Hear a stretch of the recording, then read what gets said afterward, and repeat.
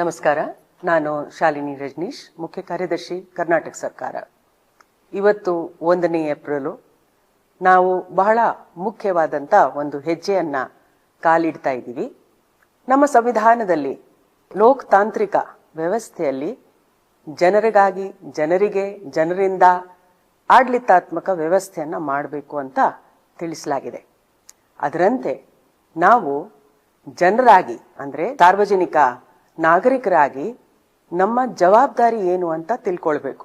ಅಧಿಕಾರಗಳ ಬಗ್ಗೆ ನಾವೆಲ್ಲರೂ ತಿಳ್ಕೊಂಡಿರ್ತೀವಿ, ಆದ್ರೆ ಜವಾಬ್ದಾರಿಯು ಅಷ್ಟೇ ಮುಖ್ಯ. ಉದಾಹರಣೆಗಾಗಿ ನಾವು ಪ್ರತಿ ಸಲ ಯಾವುದೇ ಒಂದು ಚುನಾವಣೆ ನಡೆದಾಗ ನಾವು ನಮ್ಮ ವೋಟನ್ನ ಹಾಕಲೇಬೇಕು ಅಂತ, ಇದು ನಮ್ಮ ನಾಗರಿಕ ಜವಾಬ್ದಾರಿ.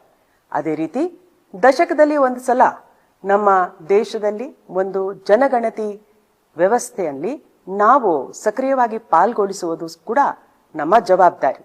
ಇದರಿಂದ ನಮಗೆ ಏನ್ ಪ್ರಯೋಜನ ಆಗತ್ತೆ ಅಂತ ಪ್ರಶ್ನೆ ತಮ್ಮ ಮನಸ್ಸಲ್ಲಿ ಉದ್ಭವ ಆಗುತ್ತದೆ.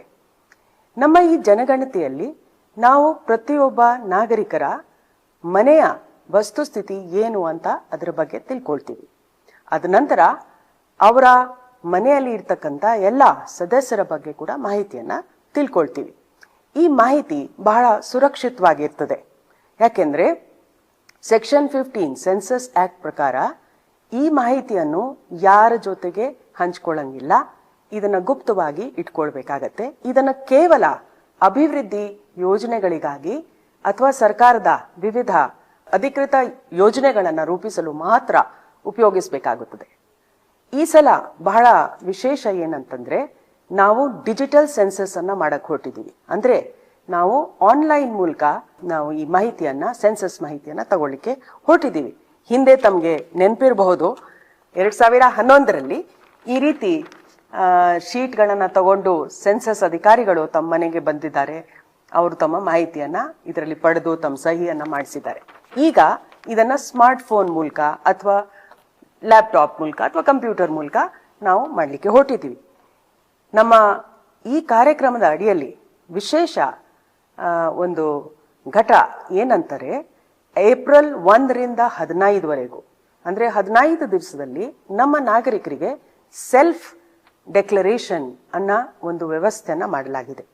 ಇದರಲ್ಲಿ ನಾವು ನಮ್ಮದೇ ಸ್ಮಾರ್ಟ್ ಫೋನ್ ಅನ್ನ, ಲ್ಯಾಪ್ಟಾಪ್ ಅನ್ನ, ಕಂಪ್ಯೂಟರ್ ಅನ್ನ ಉಪಯೋಗಿಸಿಕೊಂಡು se.census.gov.in ಈ ವೆಬ್ಸೈಟ್ಗೆ ಹೋಗ್ಬಿಟ್ಟು ಕರ್ನಾಟಕ ಸೆಲೆಕ್ಟ್ ಮಾಡಿ ನಮ್ಮ ಮನೆಯ ಅಡ್ರೆಸ್ ಅನ್ನ ಕೊಟ್ಟು ಆ ಮನೆಯ ವಸ್ತುಸ್ಥಿತಿಯ ಬಗ್ಗೆ ವಿವರಣೆಗಳನ್ನ ನೀಡಬೇಕಾಗತ್ತೆ. ಉದಾಹರಣೆಗಾಗಿ ನಮ್ಮ ಮನೆ ಕಚ್ಚಾ ಮನೆನಾ, ಪಕ್ಕ ಮನೆನಾ, ನಮ್ಮ ಮನೆಯಲ್ಲಿ UGT ಇದೆಯಾ, ಇಲ್ಲ ಎಲೆಕ್ಟ್ರಿಸಿಟಿ ಇದೆಯಾ, LPG ಇದೆಯಾ. ಇದರಿಂದ ಸರ್ಕಾರಕ್ಕೆ ಗೊತ್ತಾಗ್ತದೆ ಗ್ರಾಮೀಣ ಭಾಗದಲ್ಲಿ ಅಥವಾ ನಗರ ಪ್ರದೇಶದಲ್ಲಿ ಎಲ್ಲಿ ಏನು ಕೊರತೆ ಇದೆ, ಎಷ್ಟು ಜನ ಪಕ್ಕಾ ಮನೆ ರಹಿತರವಾಗಿದ್ದಾರೆ ಅಥವಾ ಬೇರೆ ಬೇರೆ ಸವಲತ್ತುಗಳಿಂದ ರಹಿತರವಾಗಿದ್ದಾರೆ.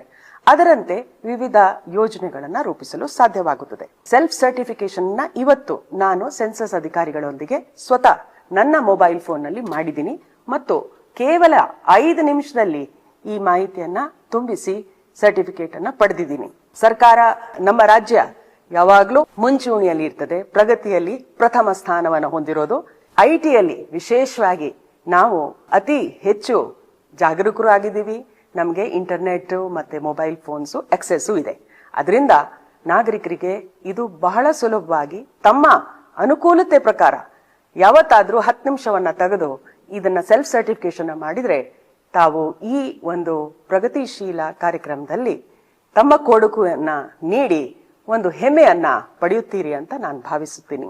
15 ಏಪ್ರಿಲ್ ಒಳಗೆ ಈ ಸೆಲ್ಫ್ ಎನ್ಯೂಮರೇಷನ್ ಅನ್ನ ಮುಗಿದ ನಂತರ 16 ಏಪ್ರಿಲ್ ಇಂದ 15 ಮೇವರೆಗೂ ಗಣತಿದಾರರು ತಮ್ಮ ಮನೆ ಬಾಗಿಲಿಗೆ ಬರ್ತಾರೆ.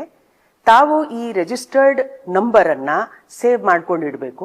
ಆ ನಂಬರ್ ಅನ್ನ ಅವರಿಗೆ ಹೇಳಿದ್ರೆ ಅದು ಒಂದ್ಸಲ ಅವರು ಚೆಕ್ ಮಾಡ್ತಾರೆ. ನಿಜವಾಗಿ ತಾವು ಹಾಕಿರೋದು ಮಾಹಿತಿಯಲ್ಲಿ ಏನಾದ್ರೂ ಬದಲಾವಣೆಗಳು ಅಥವಾ ಏನಾದ್ರೂ ತಿದ್ದುಪಡಿಗಳನ್ನ ಮಾಡೋದಾದ್ರೆ ಅವರು ಅದನ್ನ ಮಾಡ್ತಾರೆ ಮತ್ತು ಒಂದು ಸರ್ಟಿಫಿಕೇಶನ್ ಅನ್ನ ಅವರು ಮಾಡ್ಕೊಳ್ತಾರೆ. ಈ ಎಲ್ಲಾ ಕಾರ್ಯಕ್ರಮದಲ್ಲಿ ತಾವು ಯಶಸ್ವಿಯಾಗಿ ಪಾಲ್ಗೊಳಿಸಬೇಕು ಅಂತ ಈ ಮೂಲಕ ಕೋರುತ್ತೆ. ಈ ಜನಗಣತಿಯ ಮಾಹಿತಿಯನ್ನ ನಾವು ಡಿಜಿಟಲ್ ಮಾಧ್ಯಮ ಮೂಲಕ ತಗೊಳ್ತಾ ಇರೋದ್ರಿಂದ ನಾಗರಿಕರ ಸುರಕ್ಷತೆಗಾಗಿ ನಮ್ಮ ಅಧಿನಿಯಮ digital personal data protection act 2023 section 8 ಅದರ ಪ್ರಕಾರ ಈ ಮಾಹಿತಿಯನ್ನ ಯಾರು ಯಾರಿಗೆ ಹಂಚಿಕೊಳ್ಳಂಗಿಲ್ಲ. ಒಂದು ವೇಳೆ ಹಂಚಿಕೊಳ್ಬೇಕಾದ್ರೆ ಸದರಿ ನಾಗರಿಕರ ಅನುಮತಿ ಅತಿ ಅಗತ್ಯವಿರುತ್ತದೆ. ಆದುದರಿಂದ ಸರ್ಕಾರ ತಮ್ಮ ಪರ್ಸನಲ್ ಮಾಹಿತಿಯನ್ನ ಸುರಕ್ಷಿತವಾಗಿ ಇಟ್ಕೊಂಡು ಕೇವಲ ಅಭಿವೃದ್ಧಿಗಾಗಿ ಉಪಯೋಗಿಸಲು ಉದ್ದೇಶಿಸಿದೆ. ನಮ್ಮ ರಾಜ್ಯದ ಮಾದರಿಯನ್ನ ಬೇರೆ ಎಲ್ಲರೂ ಅನುಸರಿಸಲಿ ಅಂತ ಭಾವಿಸುತ್ತಾ ಬನ್ನಿ, ನಮ್ಮ ಜನಗಣತಿ ನಮ್ಮ ಅಭಿವೃದ್ಧಿ ಈ ಒಂದು ಯೋಜನೆಯಲ್ಲಿ ಎಲ್ಲರೂ ಭಾಗವಹಿಸೋಣ. ಒಂದು ವೇಳೆ ನಿಮ್ಮ ಹತ್ರ ಸ್ವಂತ ಮೊಬೈಲ್ ಫೋನ್, ಸ್ಮಾರ್ಟ್ ಫೋನ್ ಇಲ್ಲ ಅಥವಾ ಕಂಪ್ಯೂಟರ್ ಇಲ್ಲ ಅಂತಂದ್ರೆ ನೀವು ನಮ್ಮ ರಾಜ್ಯದ ಸುಮಾರು ಸೇವಾ ಕೇಂದ್ರಗಳಲ್ಲಿ, ಐಟಿ ಸೇವಾ ಕೇಂದ್ರಗಳು, ಸೇವಾ Sindhu, citizen service centre, Bapuji ಕೇಂದ್ರ ಮುಂತಾದ ಕೇಂದ್ರಗಳಲ್ಲಿ ಅಥವಾ ಸೈಬರ್ ಕ್ಯಾಫೇಸ್ಗಳಲ್ಲಿ ಹೋಗಿ ನಿಮ್ಮ ಮೊಬೈಲ್ ಸಂಖ್ಯೆಯನ್ನ ಕೊಟ್ಟು ಆ ಡಿವೈಸ್ ಮೂಲಕ ನಿಮ್ಮ ಸ್ವಗಣತಿಯನ್ನ ಪೂರ್ಣಗೊಳಿಸಬಹುದು. ಅದರಿಂದ ನಾವು ಎಂಟೈರ್ ಈ ಪ್ರಾಸೆಸ್ ಅನ್ನ ಇನ್ಕ್ಲೂಸಿವ್ ಆಗಿ ಮಾಡಬಹುದು. ನಾವು ಯಾರನ್ನ ಹಿಂದೆ ಬಿಟ್ಟು ಹೋಗದಂತೆ ಮಾಡ್ಕೊಳ್ಬೇಕು ಅಂತ ನಮ್ಮ ಎಲ್ಲರ ಜವಾಬ್ದಾರಿ. ಧನ್ಯವಾದಗಳು.